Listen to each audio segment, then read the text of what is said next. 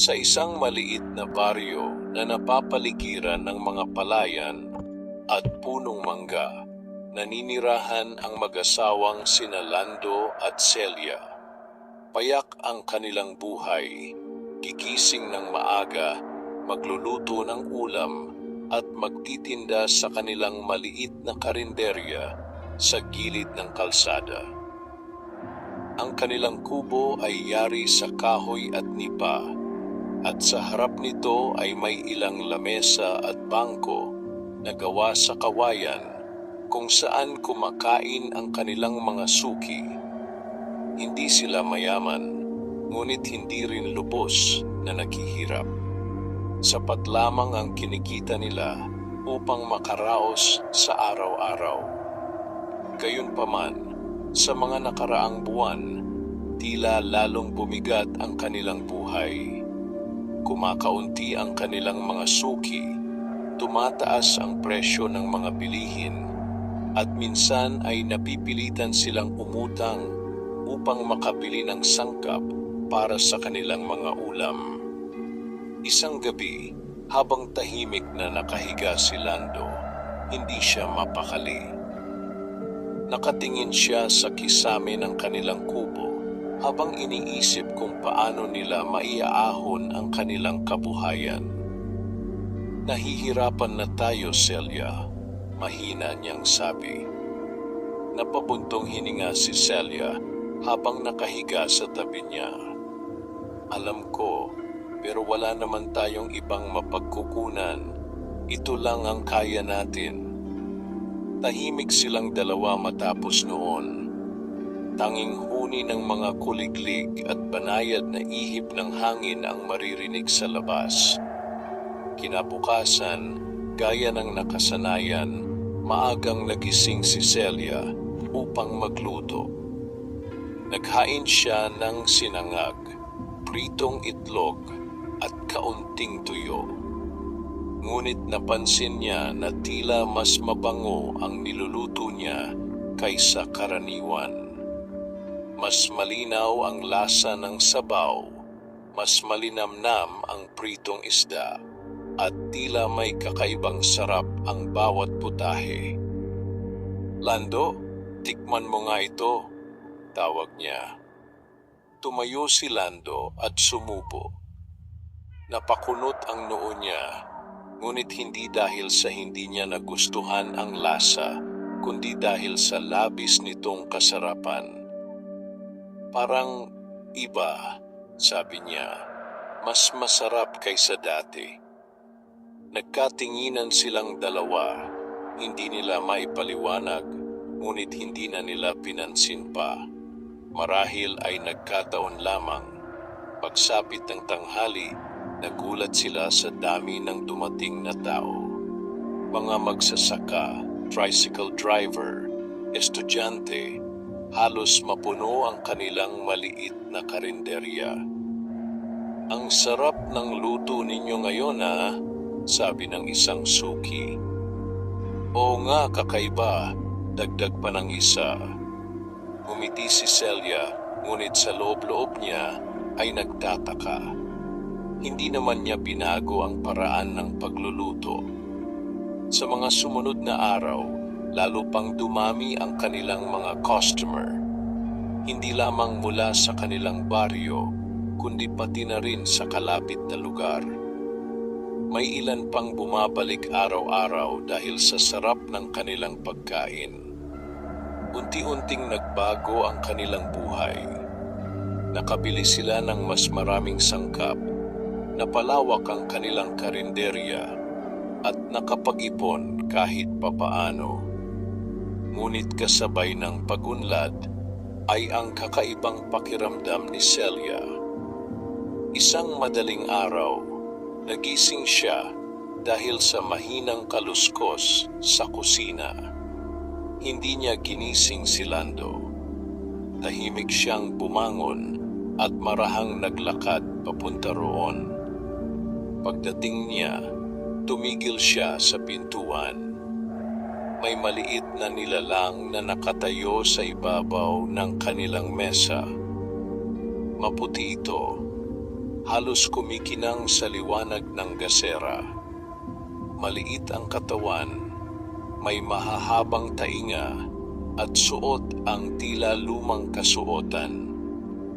Hawak nito ang isang maliit na sandok at tila tikim-tikim ang niluluto sa kanilang kaldero.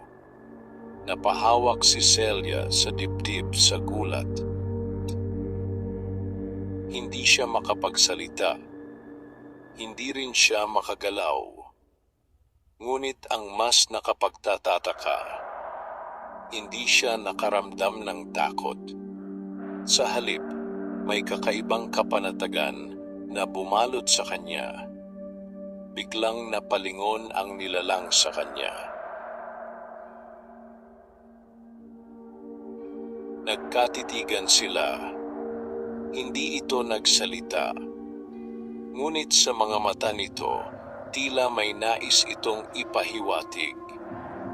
Ilang segundo ang lumipas bago marahang tumalon pababa ang nilalang at nawala sa dilim ng sulok ng kusina. Naiwan si Celia na nakatayo, tulala at puno ng tanong. Kinabukasan, hindi niya agad sinabi kay Lando ang kanyang nakita. Iniisip niya kung baka nanaginip lamang siya. Ngunit nang muli niyang tikman ang kanilang niluto, naroon na naman ang kakaibang sarap.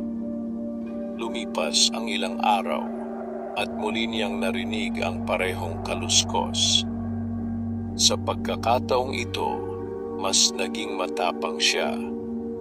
Dahan-dahan siyang lumapit at muli nakita niya ang maliit na puting nilalang, ang duwende na abala sa pagtulong sa kanilang pagluluto. Doon niya napagtanto ang isang bagay na hindi niya inaasahan. Hindi aksidente ang pag-unlad ng kanilang karinderya. May tumutulong sa kanila at hindi ito pangkaraniwang nilalang. Tahimik siyang umatras at bumalik sa kanilang higaan. Dala ang isang lihim na maaaring magbago ng kanilang buhay. Ngunit ang hindi niya alam, ang pagtanggap sa tulong ng isang nilalang mula sa hindi nakikitang mundo ay may kapalit. At ang kapalit na iyon ay unti-unti nang papalapit. Sa mga sumunod na araw, nanatiling lihim kay Lando ang nakita ni Celia. Hindi dahil sa ayaw niya itong ibahagi, kundi dahil hindi pa niya lubos na nauunawaan ang nangyayari. Bawat madaling araw, bago pa sumikat ang araw, muli niyang naririnig ang mahinang kaluskos sa kusina. At sa bawat pagkakataon, nandoon ang maliit na puting duwende, tahimik, maingat, at tila bihasa sa bawat galaw. Hindi ito nagsasalita. Hindi rin ito lumilingon kung hindi kinakailangan. Ngunit sa bawat sandok, sa bawat halo ng rekado, tila may kakaibang husay itong taglay na hindi kayang ipaliwanag ng karaniwang tao.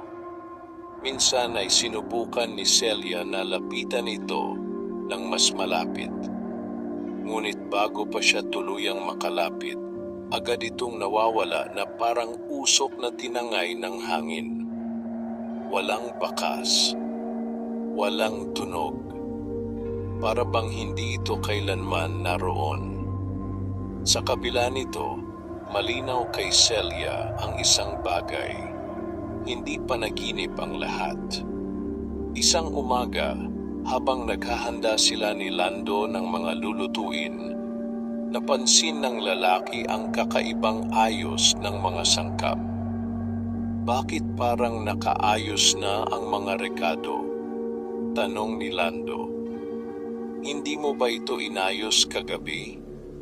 Umiling si Celia. Hindi.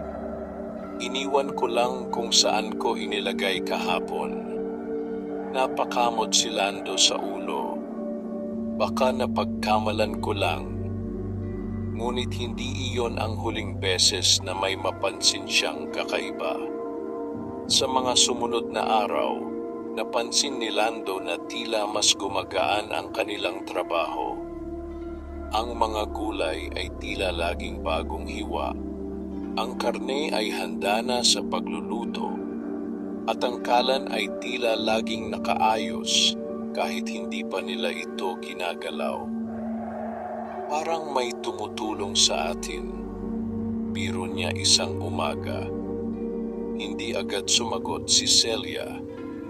Tinitigan niya ang kanyang asawa. Iniisip kung dapat na ba niyang sabihin ang lahat. Ngunit nanaig ang pag-aalinlangan. Siguro nasasanay na lang tayo, sagot niya sa wakas.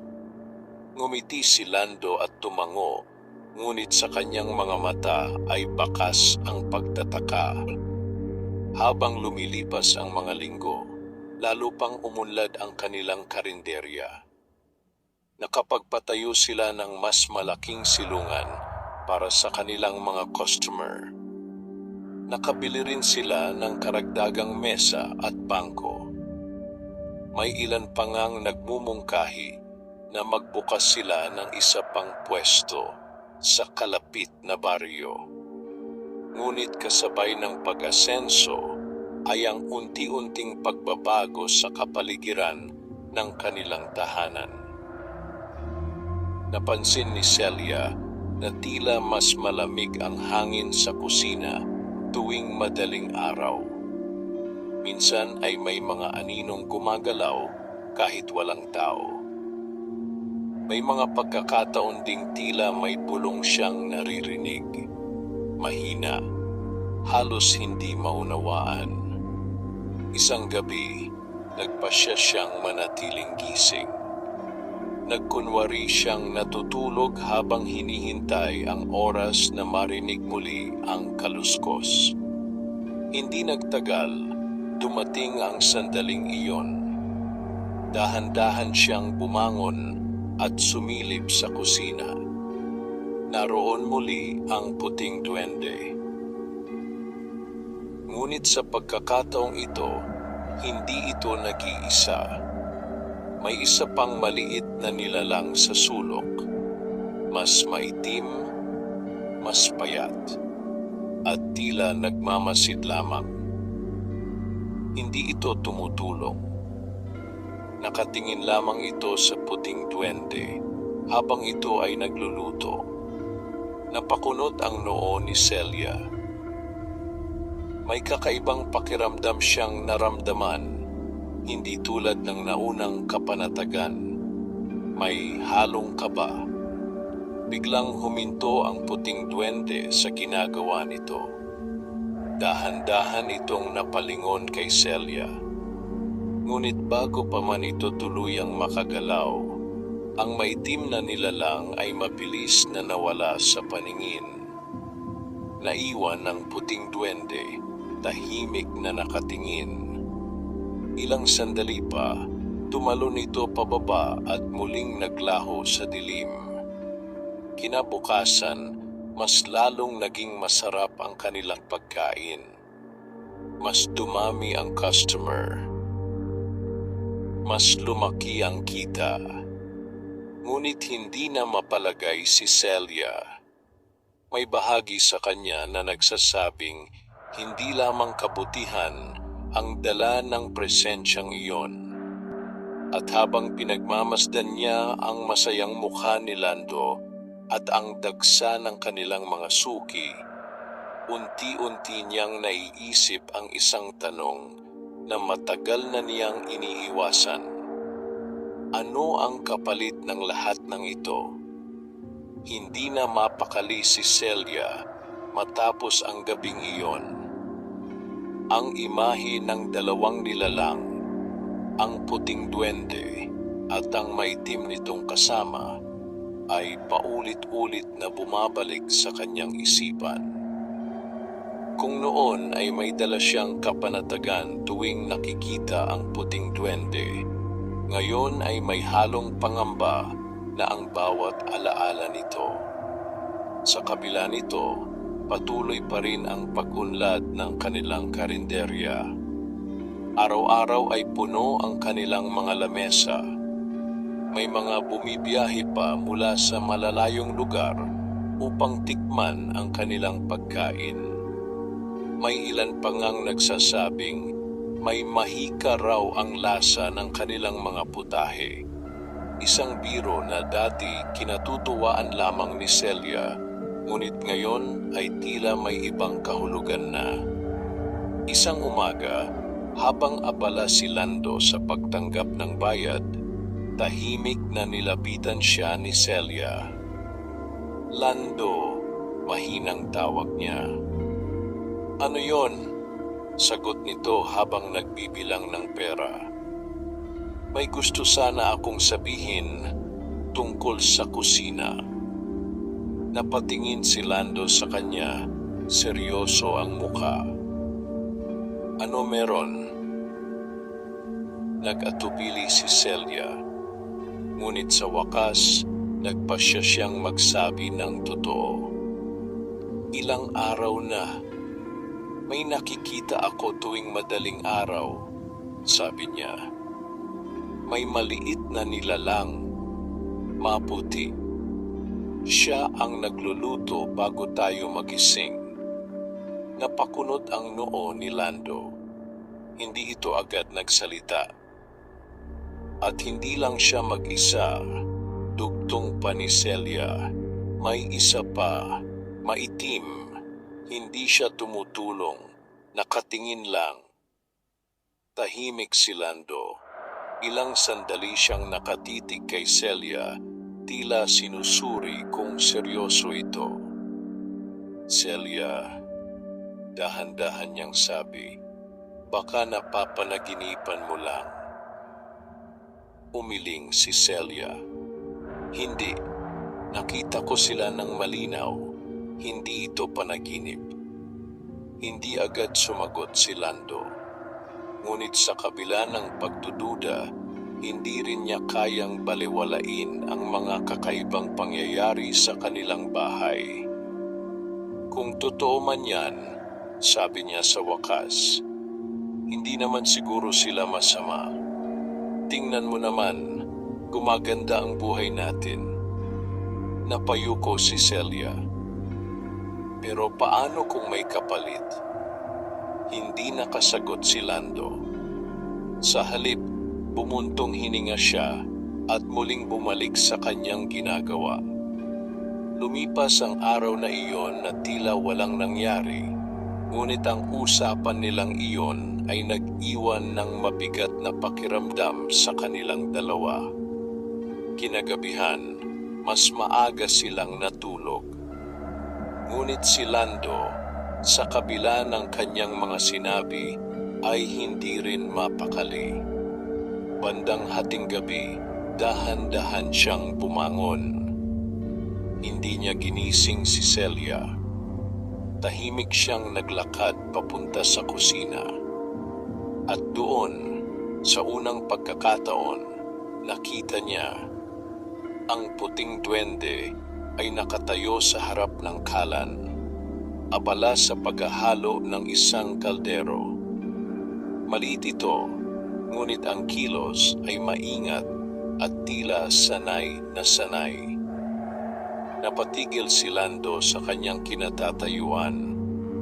Hindi siya makapaniwala sa kanyang nakikita. Ngunit bago pa siya makagawa ng ingay, napansin niya ang isa pang anino sa sulok. Ang maitim na nilalang. Mas tahimik ito. Mas malamig ang presensya. Nakatitig lamang ito sa puting duwende at sa ilang sandali, dahan-dahan itong napalingon kay Lando. Nagkatitigan sila.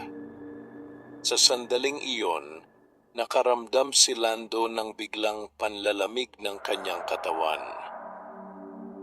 Hindi siya makagalaw. Hindi siya makapagsalita. Parang may bigat na pumipigil sa kanya. Ngunit bigla ring nawala ang pakiramdam na iyon nang kumilos ang puting duwende. Mabilis itong tumalon pababa at humarap sa maitim na nilalang. Walang salita, walang tunog, ngunit tila may hindi nakikitang pag-uusap na naganap sa pagitan nila. Ilang segundo pa, ang maitim na nilalang ay unti-unting naglaho sa dilim. Naiwan ang puting duwende. Pagkatapos, tumingin ito kay Lando. Hindi galit, hindi rin natatakot, kundi tila nagbababala.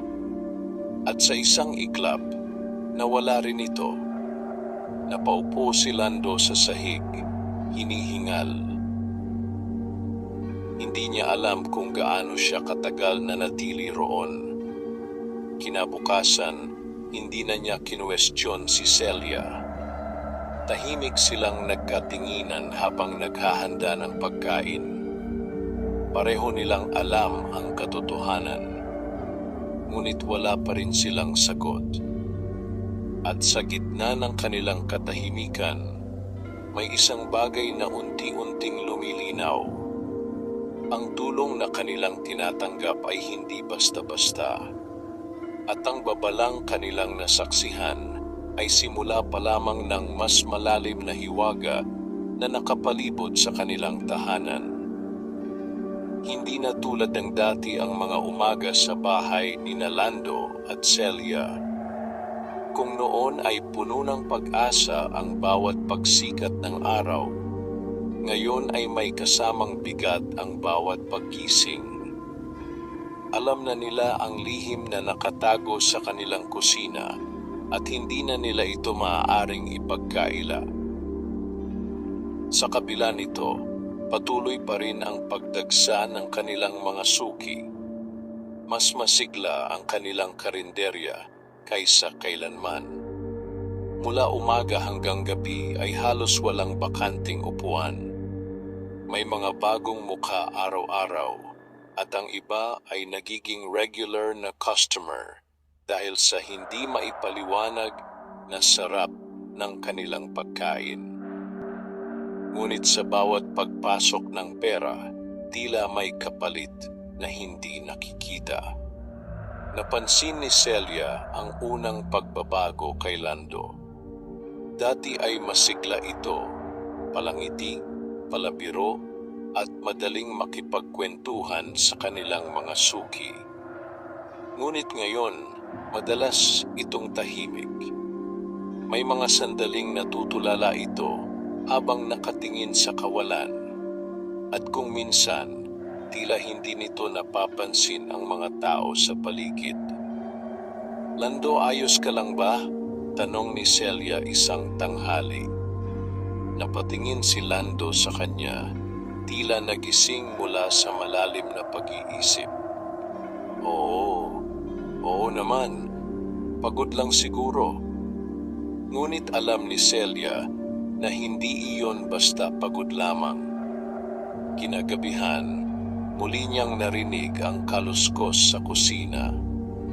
Ngunit sa pagkakataong ito, hindi na siya agad bumangon. Nakaramdam siya ng takot. Isang takot na dati ay wala. Gayunpaman, nanaig pa rin ang kanyang pagnanais na malaman ang katotohanan. Dahan-dahan siyang tumayo at lumapit sa kusina. Naroon muli ang puting duwende, abala sa pagluluto. Ngunit sa likuran nito, malinaw na malinaw niyang nakita ang maitim na nilalang. Mas malapit na ito ngayon, mas malinaw, at tila mas mabigat ang presensya. Hindi na lamang ito nakamasid, unti-unti itong lumalapit sa puting duwende. Napahawak si Celia sa pintuan. Sa kanyang dibdib, ramdam niya ang mabilis na tibok ng kanyang puso. Biglang huminto ang puting duwende. Parang naramdaman nito ang papalapit na anino. Mabilis itong humarap at tumayo sa pagitan ng kalan at ng maitim na nilalang. Muli, walang salita. Ngunit ang tensyon sa pagitan nila ay tila kayang maramdaman kahit ng isang tao. Dahan-dahang umatras ang maitim na nilalang. Ngunit bago ito tuluyang mawala, napalingon ito kay Celia. At sa sandaling iyon, may pumasok sa isip niya.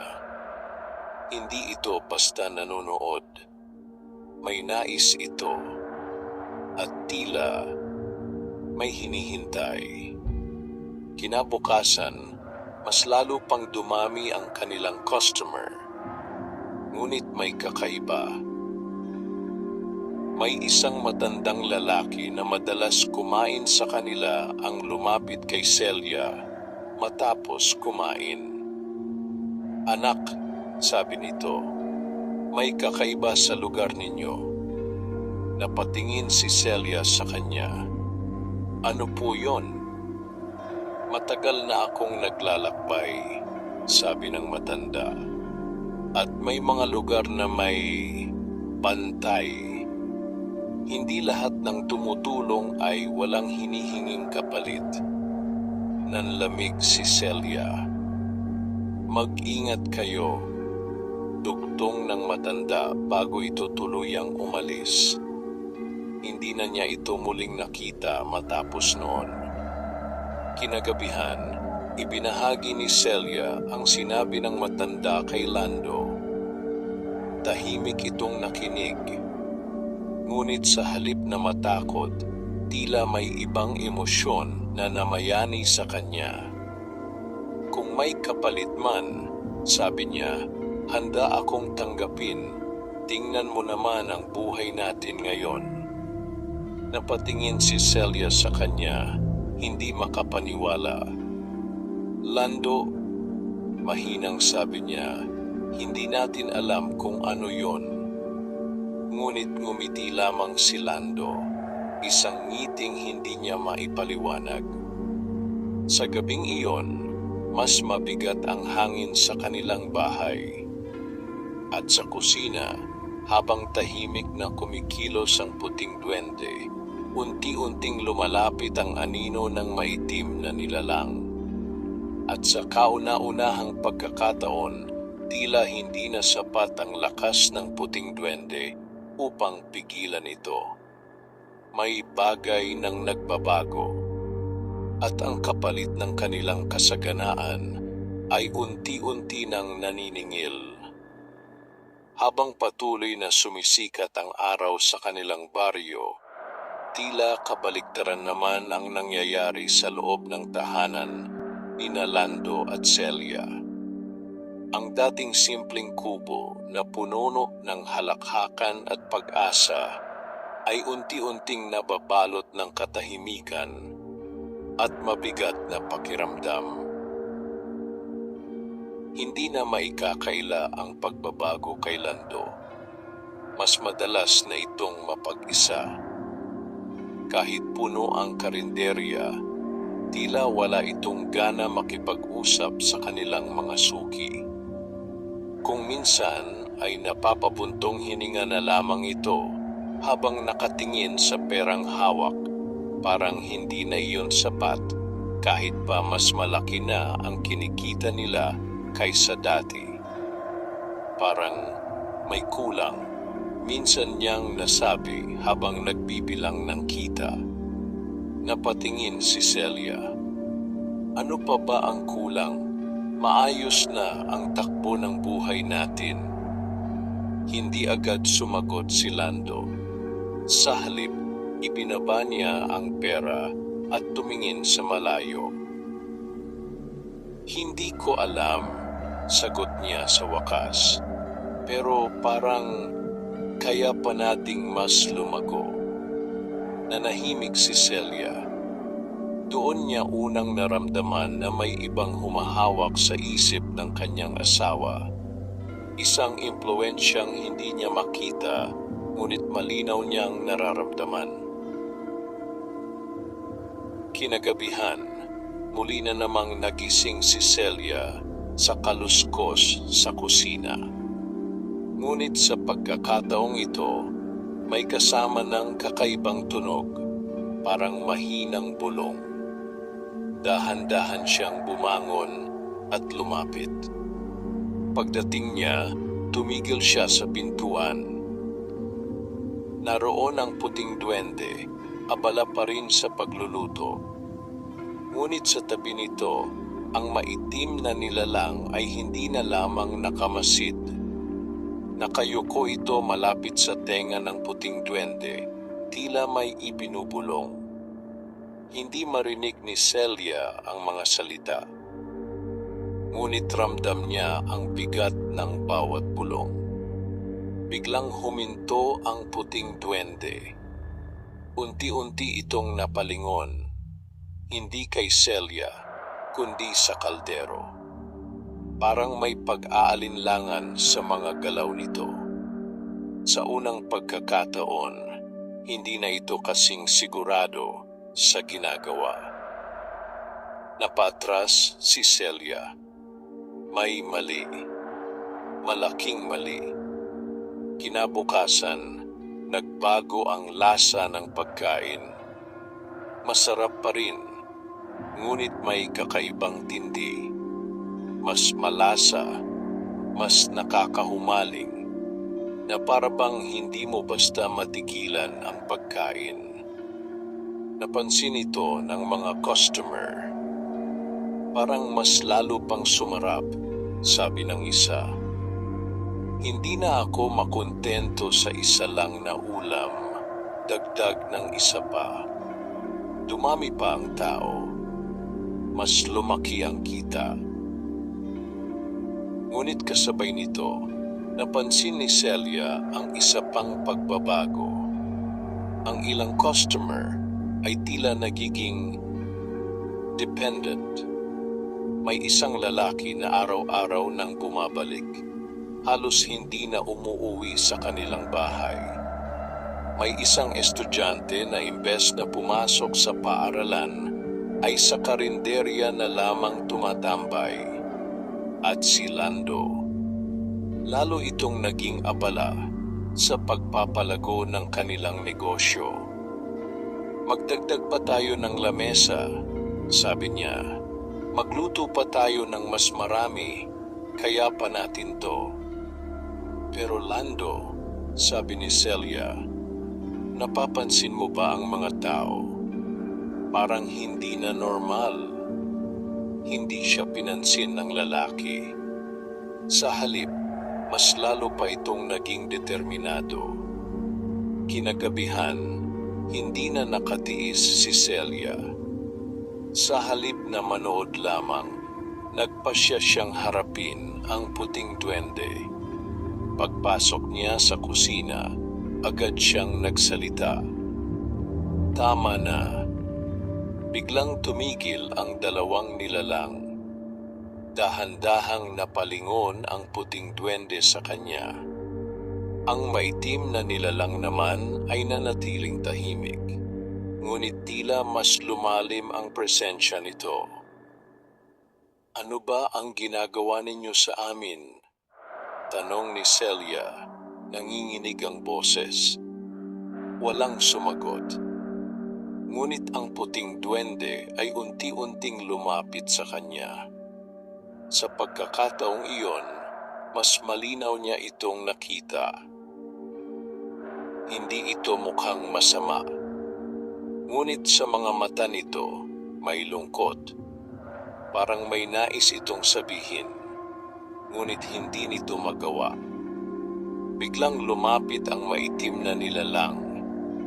Mas mabilis, mas mapanganib ang galaw. Tumigil ito sa pagitan nila, at kahit walang salita, malinaw ang mensahe nito. Huwag makialam. Napaatras si Celia, at sa isang iglap, nawala ang dalawang nilalang. naiwan siyang mag-isa sa kusina. Ngunit sa kanyang dibdib, malinaw ang kanyang naramdaman. Hindi na lamang sila tinutulungan. Sila ay unti-unti nang kinokontrol. At habang lumalago ang kanilang karinderya, mas lalo namang nababalot ng anino ang kanilang buhay. Hindi na mapakali si Celia matapos ang nangyari sa kusina. Ang lakas ng loob na ipinakita niya noong nakaraang gabi ay napalitan ng matinding pangamba. Hindi na niya maikakaila. May kapangyarihang gumagalaw sa kanilang buhay na lampas sa kanyang pagkaunawa. Ngunit ang mas masakit, tila si Lando ay unti-unti nang nalalayo sa kanya. Sa mga sumunod na araw, mas lalo itong naging abala. Halos hindi na ito natutulog. Madalas ay siya na ang nauunang gumising at pumupunta sa kusina bago pa man magbukang liwayway. Isang umaga, nagising si Celia at wala na si Lando sa tabi niya. Agad siyang bumangon at nagtungo sa kusina. At doon natigilan siya. Nakatayo si Lando sa harap ng kalan. Ngunit hindi siya nag-iisa. Sa kanyang tabi, malinaw na nakatayo ang maitim na nilalang. Hindi na ito nagtatago. Hindi na ito anino lamang. At ang mas nakakatakot, tila hindi na ito tinataboy ng puting duwende. Ang puting duwende ay nasa kabilang sulok, tahimik, nakamasid lamang. Parang wala na itong lakas upang pigilan ang nangyayari. Lando, mahina ngunit nanginginig na tawag ni Celia. Dahan-dahang napalingon si Lando.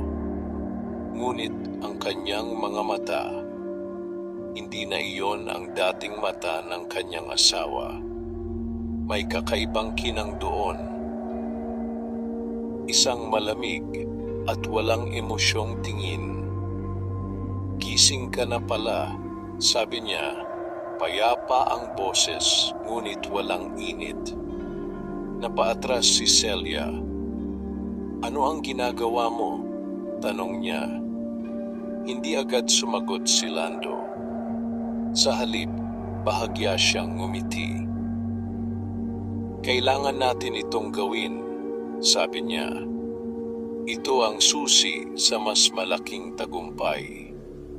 Nanlamig ang buong katawan ni Celia. Ano ang ibig mong sabihin? Hindi siya sinagot ni Lando.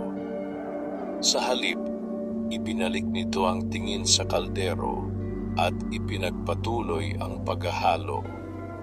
At sa bawat galaw niya, tila ginagaya niya ang kilos ng maitim na nilalang. Parang may nagtuturo. Parang may gumagabay. Napalingon si Celia sa puting duwende. Tahimik lamang ito. Ngunit sa mga mata nito, malinaw ang pakiusap. Parang humihingi ito ng tulong. Hindi na nakatiis si Celia. Lumapit siya kay Lando at hinawakan ang kanyang braso. Tama na ito, sigaw niya. Hindi na ito tama. Biglang tumigil si Lando. Unti-unti siyang napalingon kay Celia. Sa sandaling iyon, tila naglaban ang dalawang puwersa sa kanyang loob. Ang dati niyang sarili at ang bagong anyo na unti-unting kumakain sa kanya. Hindi mo naiintindihan, mahina niyang sabi. Hindi ko kailangang intindihin kung mali na, sagot ni Celia. Biglang lumakas ang hangin sa loob ng kusina. Hindi ito normal. Parang may sumabog na enerhiya sa pagitan nila. Ang maitim na nilalang ay mabilis na lumapit kay Lando. At sa isang iglap, tila tuluyang nilamon nito ang kanyang presensya. Napaupo si Lando, hinihingal. Parang naubos ang lakas.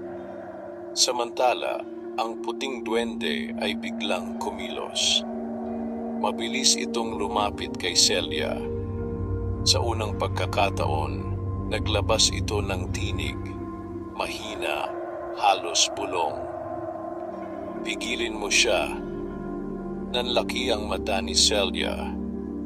Bago pa siya makapagsalita, nawala na naman ang nilalang. Naiwan siyang nakatayo, nanginginig, at puno ng takot. Dahan-dahan niyang tinulungan si Lando na makatayo. Ngunit sa kanyang puso, malinaw na ang katotohanan. Hindi na lamang negosyo ang nakataya. Hindi na lamang kasaganaan ang pinag-uusapan. Unti-unti nang kinukuha ng maitim na nilalang ang kanyang asawa. At kung hindi niya ito mapipigilan, maaaring mawala sa kanya si Lando ng tuluyan. Magdamag na hindi nakatulog si Celia. Nakaupo lamang siya sa tabi ni Lando habang ito ay mahimbing na natutulog, tila pagod na pagod matapos ang nangyari sa kusina. Ngunit para kay Celia, walang kapahingahan. Ang mga salitang binitawan ng puting duwende, ang mahinang pakiusap na "pigilin mo siya", ay paulit-ulit na umuukit sa kanyang isipan. Sa unang pagkakataon, narinig niya ang tinig nito. At iyon ay sapat na upang patunayan na hindi lamang ito basta nilalang na tumutulong. Ito ay may layunin. Ngunit ano ang kaya niyang gawin? Paano niya pipigilan ang isang puwersang hindi niya nakikita, hindi niya nauunawaan? Pagsapit ng madaling araw, hindi na siya naghintay pa ng kaluskos. Sa halip, siya mismo ang pumunta sa kusina bago pa man dumating ang mga nilalang. Tahimik ang paligid. Walang hangin. Walang kahit anong kakaibang presensya. Ngunit alam niyang darating ang mga ito. At tama siya. Makalipas ang ilang sandali, unti-unting lumamig ang hangin. At sa isang sulok ng kusina, muling nagpakita ang puting duwende. Tahimik itong tumingin kay Celia. Hindi na ito nagtatago. Hindi na ito umiiwas. Sa halip, tila hinihintay nito ang kanyang paglapit. Dahan-dahang lumapit si Celia. Sa pagkakataong ito, hindi siya umatras. "Ano ka ba?" tanong niya, diretso. Sandaling natahimik ang nilalang. Pagkatapos, muli itong nagsalita, mahina, ngunit malinaw na ngayon. "Tagapangalaga." Nanlaki ang mata ni Celia. Ano?" tanong niya. "Ning balanse," sagot nito. Bago pa siya makapagtanong muli, biglang nagbago ang pakiramdam sa paligid. Lumamig lalo ang hangin. At sa likuran ni Celia, naramdaman niya ang presensya na matagal na niyang kinatatakutan. Dahan-dahan siyang napalingon.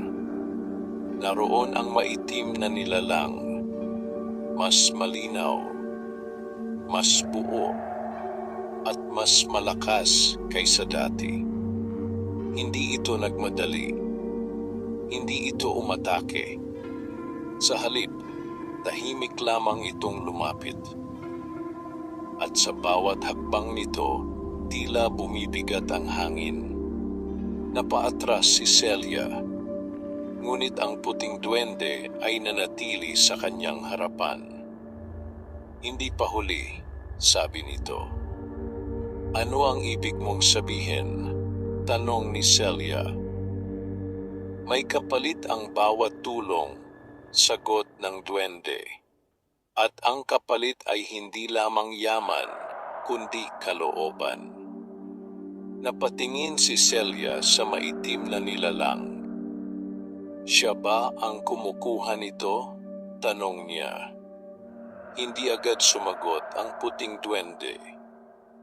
Ngunit sapat na ang katahimikan nito upang maunawaan ni Celia ang sagot. Paano ko siya pipigilan? Tanong niya, mas matatag na ngayon ang boses. Sa unang pagkakataon, tila nagkaroon ng bahagyang liwanag sa anyo ng puting duwende. Piliin mo, sabi nito. Piliin ang tama kahit mawala ang lahat. Bago pa siya makapagsalita, biglang kumilos ang maitim na nilalang. Mabilis, tahimik, at sa isang iglap, nawala ang puting duwende. Naiwan si Celia na mag-isa. Ngunit hindi siya nagtagal roon.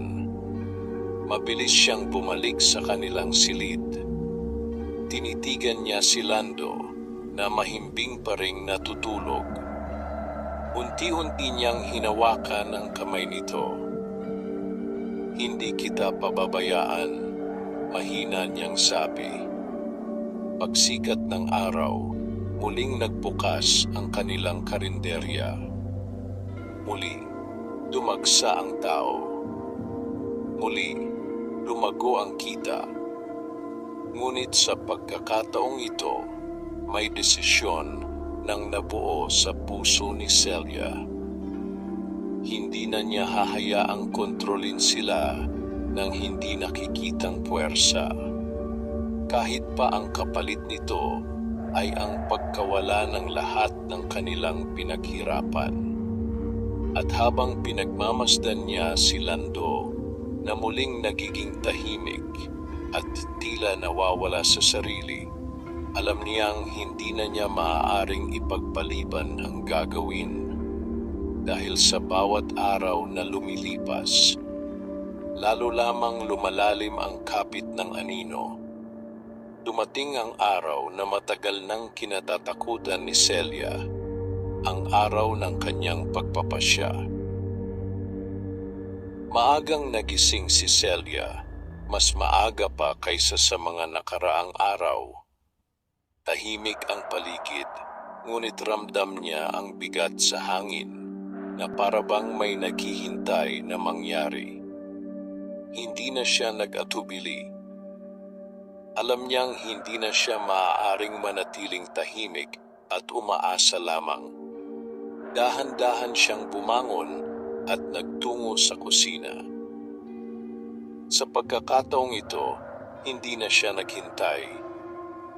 Lumabas ka, mahina, ngunit matatag niyang sabi. Ilang sandali ng katahimikan ang lumipas. Pagkatapos, unti-unting lumitaw ang puting duwende sa ibabaw ng mesa. Hindi na ito nagtatago. Hindi na ito umiiwas. Ano ang kailangan kong gawin? Diretsong tanong ni Celia. Tahimik itong tumingin sa kanya bago sumagot. Ibabalik mo ang balanse. Paano? Hindi agad sumagot ang nilalang. Ngunit sa sandaling iyon, biglang lumamig ang hangin. At mula sa likuran, muling naramdaman ni Celia ang presensya ng maitim na nilalang. Hindi na siya napalingon. Hindi na siya umatras. Sa halip, mas tumibay ang kanyang tindig. Hindi na kami magpapagamit, sabi niya. Sa unang pagkakataon, tila kumilos ang hangin sa paligid. Parang may puwersang umalingaungaw sa kanyang mga salita. Ang maitim na nilalang ay hindi agad gumalaw, ngunit ramdam ang pagbigat ng presensya nito. Kung anuman ang ibinigay ninyo, dugtong ni Celia, ibinabalik namin. Nanlaki ang mga mata ng puting duwende. Parang hindi nito inaasahan ang ganoong katapang na desisyon. Sigurado ka? Tanong nito. Hindi magiging madali. Napapikit si Celia. Saglit niyang inalala ang lahat. Ang kanilang hirap, ang kanilang pag-asa, ang unti-unting pag-angat ng kanilang buhay. At ang posibilidad na mawala ang lahat ng iyon. Ngunit nang imulat niya ang kanyang mga mata, malinaw na ang kanyang pasya. Mas pipiliin ko ang tama kaysa sa kasaganaan na may kapalit, sabi niya. Sa sandaling iyon, biglang umaling-aungaw ang isang malamig na puwersa sa buong kusina. Ang maitim na nilalang ay biglang kumilos. Mas mabilis, mas mabigat. At sa unang pagkakataon, tila nagpakita ito ng pagtutol. Ngunit hindi na umatras si Celia. Lumapit siya sa kalan. Hinawakan niya ang kaldero kung saan madalas nagluluto ang mga nilalang. At dahan-dahan, ibinuhos niya ang laman nito sa lupa. Isang matinding lamig ang kumalat sa paligid. Parang may naputol. Parang may nasira. Ang puting duwende ay napaluhod. Ang maitim na nilalang ay biglang naglaho. Ngunit hindi tulad ng dati. Mas magulo, mas marahas, parang may hinila palayo. Naiwan si Celia, hingal na hingal. Tahimik ang kusina, walang hangin, walang presensya. Ilang sandali pa, unti-unting tumayo ang puting duwende. Mas mahina na ang anyo nito. Mas maputla. Natapos mo na, mahina nitong sabi. Ano ang mangyayari ngayon? Tanong ni Celia. Babalik ang dati, sagot nito. Walang tulong, walang kapalit. Napayuko si Celia. Salamat, dagdag ng duwende. At sa unang pagkakataon, ngumiti ito. Pagkatapos, unti-unti itong naglaho. Tuluyan, naiwan si Celia na mag-isa. Ngunit sa kanyang dibdib, may kakaibang gaan. Kinabukasan, kakaunti ang dumating na customer. Hindi na kasing sarap ang kanilang pagkain. Hindi na kasing dami ang kita. Ngunit si Lando, unti-unting bumalik sa kanyang sarili. Mas malinaw na ang kanyang mga mata. Mas totoo ang kanyang mga ngiti. At kahit na bumalik sila sa simpleng buhay, may isang bagay na hindi nawala. Ang kapayapaan. Ngunit sa kabila nito, may tanong pa ring naiwan sa hangin. Tuluyan na nga bang nawala ang anino? O naghihintay lamang ito ng panibagong pagkakataon? Ilang araw matapos ang desisyon ni Celia, unti-unting bumalik sa dati ang kanilang pamumuhay. Hindi na ganoon karami ang kanilang mga suki. May mga lamesang bakante na muling bumabalik sa katahimikan. Ang dating masiglang karinderya ay tila naging payak muli, tulad ng dati nilang buhay. Ngunit sa kabila nito, may pagbabago. Mas madalas nang ngumiti si Lando. Mas malinaw ang kanyang mga mata. At higit sa lahat, mas nararamdaman ni Celia ang presensya ng kanyang asawa. Ang tunay na Lando na matagal ding tila nawala.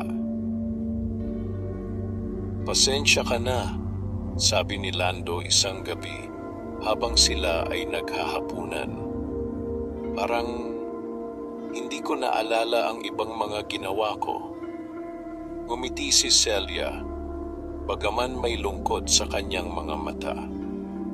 "Ang mahalaga, nandito ka na ulit." Tahimik silang kumain. Hindi man sagana sa pagkain, sagana naman sa kapayapaan ng kanilang tahanan. Ngunit ang katahimikang iyon ay hindi nagtagal. Isang gabi, muling nagising si Celia. Walang kaluskos, walang hangin. Ngunit may kakaiba. Isang pakiramdam na matagal na niyang nakalimutan o pilit na kinalimutan. Dahan-dahan siyang bumangon. Hindi niya ginising si Lando. Tahimik siyang naglakad papunta sa kusina. At doon, sa madilim na sulok, may isang anino. Hindi ito kasing linaw ng dati.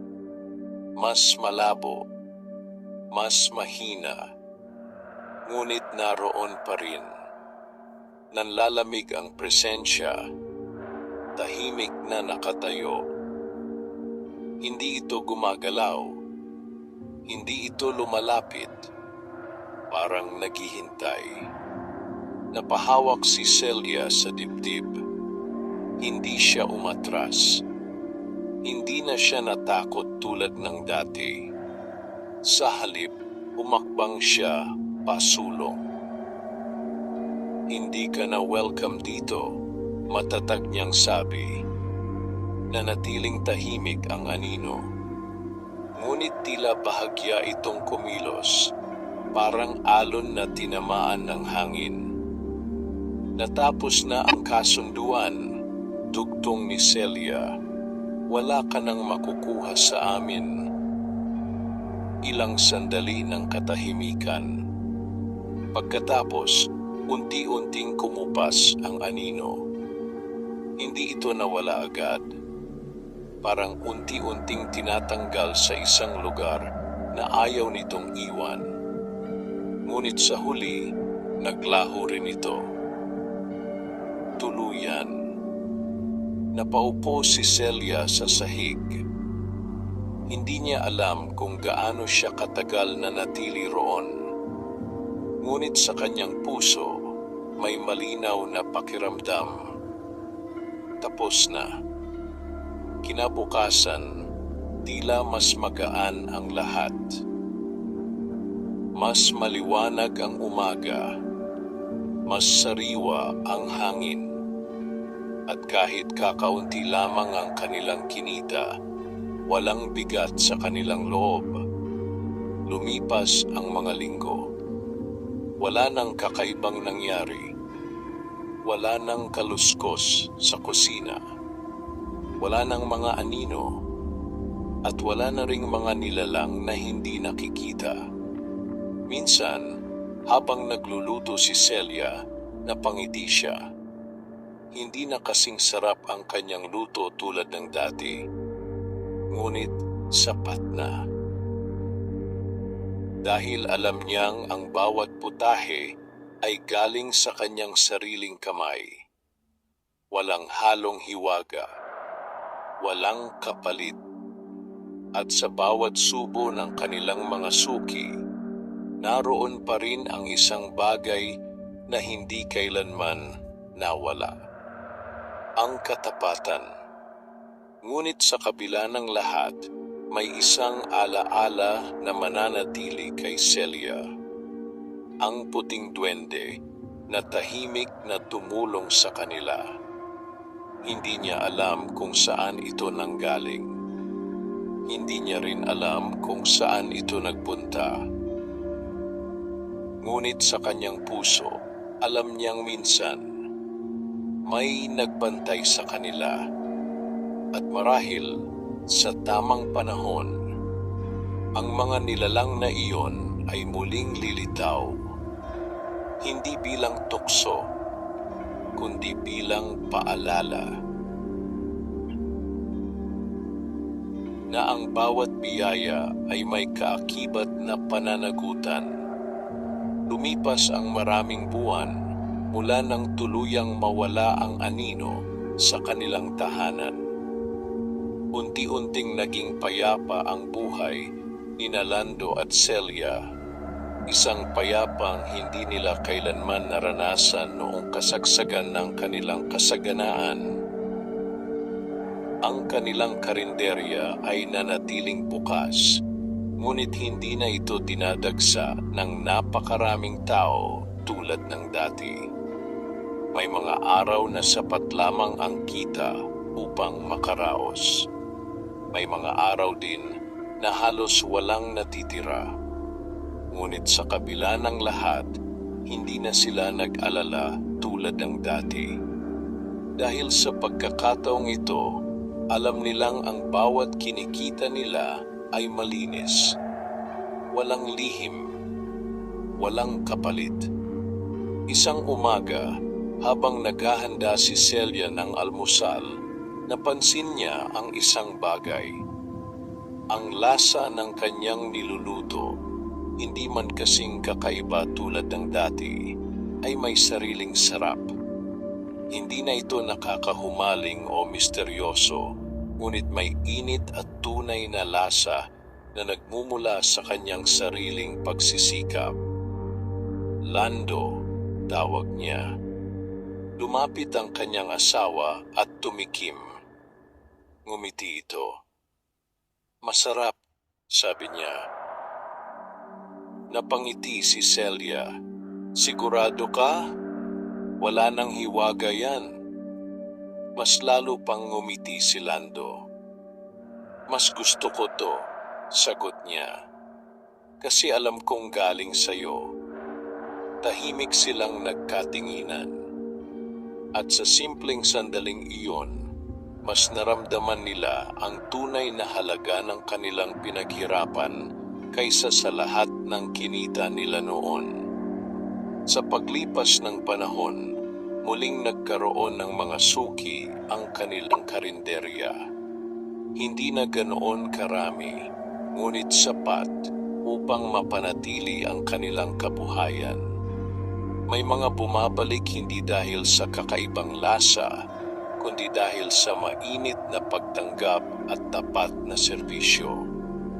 Unti-unting nakilala ang kanilang karinderya hindi bilang lugar na may mahika, kundi bilang tahanan ng simpleng pagkain na puno ng malasakit.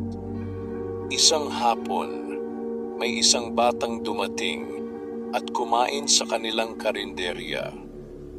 Tahimik lamang ito, ngunit halatang gutom. Nang matapos kumain, nahihiyang lumapit ito kay Celia. Ate, kulang po ang pera ko, sabi nito. Ngumiti si Celia. Ayos lang, sagot niya. Basta huwag kang magugutom. Nagpasalamat ang bata at umalis. Napatingin si Lando kay Celia. Hindi na tayo tulad ng dati, sabi niya. Tumango si Celia. Oo, pero mas maayos na tayo ngayon. Tahimik silang tumingin sa kanilang karinderya. Simple, payak, ngunit puno ng buhay. Kinagabihan, bago matulog, sandaling napatingin si Celia sa kusina. Tahimik ito. Walang kaluskos. Walang kakaibang presensya. Ngunit sa isang iglap, tila may banayad siyang naramdaman. Isang magaan at pamilyar na pakiramdam. Hindi malinaw, hindi tiyak, ngunit sapat upang magdulot ng isang ngiti sa kanyang labi. Hindi na siya natakot, hindi na rin siya nagtanong, dahil alam na niya ang katotohanan. Ang tunay na kasaganaan ay hindi nasusukat sa dami ng kita, kundi sa kapayapaang dala ng tamang pagpili. At kung sakaling may mga nilalangmang nagmamasid mula sa dilim o liwanag, handa na siyang harapin ang mga ito, hindi bilang isang taong nangangailangan ng tulong, kundi bilang isang taong marunong pumili ng tama. At sa simpleng tahanan na iyon, sa gitna ng katahimikan at katapatan, natagpuan ni Lando at Celia ang isang bagay na higit pa sa yaman. Isang buhay na walang takot at isang puso na payapa. Wakas,